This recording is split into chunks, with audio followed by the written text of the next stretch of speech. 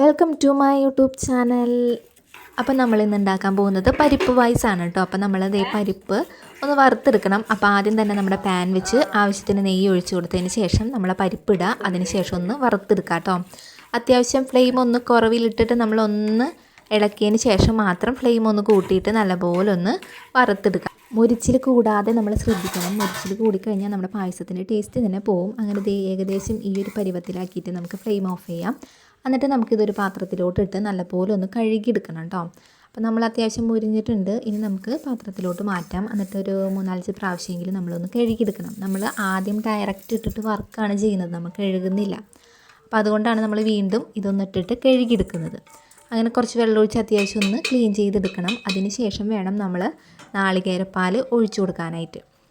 അങ്ങനെ നമുക്ക് ഓൾറെഡി നമ്മൾ പാല് അരിച്ച് വെച്ചിട്ടുണ്ട്. അപ്പോൾ നമ്മളത് മാറ്റി വയ്ക്കുക. അതിന് ശേഷം നമ്മൾ കുറച്ച് കട്ടിപ്പാലും മാറ്റി വെച്ചിട്ടുണ്ട് കേട്ടോ. അപ്പോൾ കട്ടിപ്പാൽ ആദ്യം മാറ്റി വയ്ക്കുക. അതിന് ശേഷം കുറച്ച് പാലും കൂടെ മാറ്റിയിട്ട് നമ്മളിതാ ഇതുപോലെ പരിപ്പ് നല്ലപോലെ കഴുകിയിട്ടുണ്ട്. ഇനി നമുക്ക് കുറച്ച് വെള്ളത്തിൽ തന്നെ ആ പാലിൻ്റെ ആ കൊറ്റണിയിൽ തന്നെ കുറച്ച് കട്ടിപ്പാലും അതുപോലെ തന്നെ ബാക്കി വെള്ളവും ചേർത്ത് നമുക്കിതിലോട്ട് ഒഴിച്ചു കൊടുക്കാം.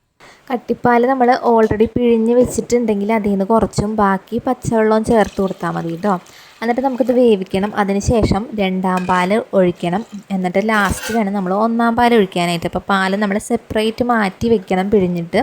അങ്ങനെ നമ്മളിത് സ്റ്റൗമ്മയ്ക്ക് വെച്ചിട്ടുണ്ട്. ഇനി നമുക്കിതൊരു 3 വിസിൽ അത്രയും മതി കേട്ടോ. 3 വിസിൽ അടുപ്പിച്ച് കഴിഞ്ഞാൽ തന്നെ നമ്മുടെ പരിപ്പ് ഏകദേശം വെന്ത് കിട്ടും. ഈ ഒരു പണികളും കൂടെ കഴിഞ്ഞ് കഴിഞ്ഞാൽ നമ്മുടെ പരിപ്പ് പായസത്തിൻ്റെ ഒരു പകുതി പണി കഴിഞ്ഞു. ഇനി ബാക്കിയുള്ളത് നമുക്ക് നോക്കിയാൽ മതി കേട്ടോ.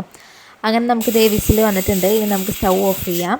അതിനുശേഷം എന്ത് ചെയ്ത് നല്ലപോലെ ഒന്ന് തിളപ്പിച്ചെടുക്കാം കേട്ടോ. അതിനുശേഷം നമുക്ക് ശർക്കര നീര് ആവശ്യത്തിന്, മധുരം കൂടുതലുള്ളവർക്ക് കൂടുതൽ ചേർത്ത് കൊടുക്കാം, മധുരം ആവശ്യത്തിന് നമുക്ക് ചേർത്ത് കൊടുക്കാം നമ്മുടെ ഒരു രീതിക്ക് അനുസരിച്ച്. അതിനുശേഷം നല്ലപോലെ ഒന്ന് ഇളക്കിക്കൊണ്ടിരിക്കുക കേട്ടോ. അത്യാവശ്യം ഒന്ന് വറ്റിക്കണം. അതിനുശേഷം വേണം നമ്മളെ കട്ടിപ്പാൽ ഒഴിച്ചു കൊടുക്കാനായിട്ട്. അപ്പോൾ അത്യാവശ്യം തീ ഒന്ന് കൂട്ടിയിട്ടതിന് ശേഷം ഇതുപോലെ ഒന്ന് ഇളക്കി ഒന്ന് വറ്റിച്ചെടുക്കുക. ശരിക്കും ഉരുടിയിലൊക്കെ ഉണ്ടാക്കുകയെന്ന് വെച്ച് കഴിഞ്ഞാൽ അടപ്പത്ത് ഇങ്ങനെ ഇട്ട് കഴിഞ്ഞാൽ തന്നെ ഒരു പ്രത്യേക ടേസ്റ്റ് ആയിരിക്കും കേട്ടോ. നമ്മൾ അടപ്പിലുണ്ടാക്കുന്ന എന്തൊരു സാധനത്തിനായാലും ഒരു പ്രത്യേക ടേസ്റ്റ് ഉണ്ടാവും. അതിനുശേഷം നമുക്ക് ഇതിലേക്ക് 1ാം പാൽ ഒഴിച്ചു കൊടുക്കാം കേട്ടോ. 1ാം പാൽ അത്യാവശ്യം ഒഴിച്ചു കൊടുക്കണം. അതിനുശേഷം വീണ്ടും നമ്മളിത് വറ്റിക്കണം കേട്ടോ. അപ്പോൾ 1ാം പാൽ ഒഴിച്ച് നല്ലപോലെ ഒന്ന് ഇളക്കി മിക്സ് ചെയ്തിട്ടുണ്ട്. നമ്മുടെ പരിപ്പൊക്കെ അത്യാവശ്യം നല്ല രീതിയിൽ വെന്ത് വന്നിട്ടുണ്ടെന്ന് കണ്ടോ. ഇനി നമുക്കിത് വറ്റിക്കണം. അതുവരെ നമ്മളിതുപോലെ ഇളക്കി മിക്സ് ചെയ്തുകൊണ്ടിരിക്കുക.